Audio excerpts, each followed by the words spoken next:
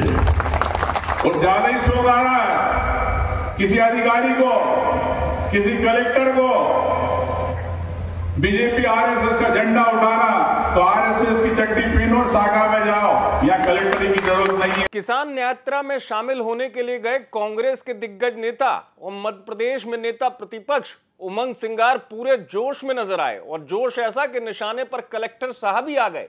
मंच से कलेक्टर को चेतावनी दे दी, अधिकारियों को चेतावनी दे दी, और पूरा अंदाज वही आक्रामक उमंग सिंगार का नजर आया। शुरुआत में मैंने वो आपको बात सुनवाई जो मंच से अलीराजपुर में पहुंचे थे नए यात्रा के लिए उमंग सिंगार, वहां से अधिकारियों को चेतावनी दे रहे हैं। बीजेपी आरएसएस का नाम लेकर कह रहे हैं कि उनकी वेशभूषा पहन लो अगर ऐसा काम करना है।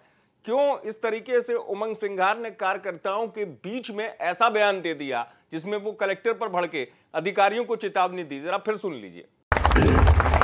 और ज्यादा ही शोर आ रहा है। किसी अधिकारी को, किसी कलेक्टर को बीजेपी आरएसएस का झंडा उठाना, तो आरएसएस की चड्डी पहनो और शाखा में जाओ, या कलेक्टर की जरूरत नहीं है। आपको आम जनता के लिए आपको सेवा करना पड़ेगी, ये मैं यहाँ के कलेक्टर को कहना चाहता हूँ। साथियों, तो उमंग सिंगार के निशाने पर मध्य प्रदेश के वो कलेक्टर और अधिकारी हैं जिनको लेकर वो कह रहे हैं कि वो बीजेपी के लिए काम करते हैं।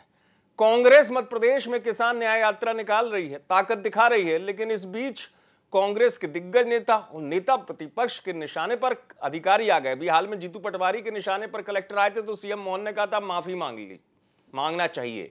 सीएम मोहन ने यह कहा था कि माफी मांगना चाहिए, ऐसी भाषा अधिकारियों के खिलाफ नहीं होना चाहिए। लेकिन यहां उमंग सिंगार ने एक बार फिर चुनौती दे डाली है, चेतावनी दे डाली है, और इसके बाद खबर यह भी कि बीजेपी में इसको लेकर विरोध है, बीजेपी विरोध करेगी उमंग सिंगार का ऐसे बयान को लेकर।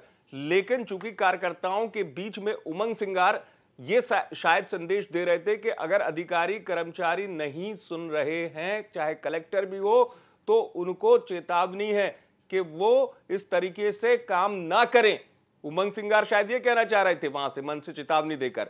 लेकिन यहां पर अब बीजेपी में निश्चित तौर पर उमंग सिंगार के इस बयान के बाद बीजेपी विरोध करने के लिए तैयार है।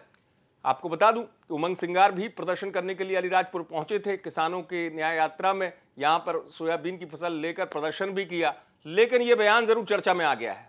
आप देखते रहे एमपी तक।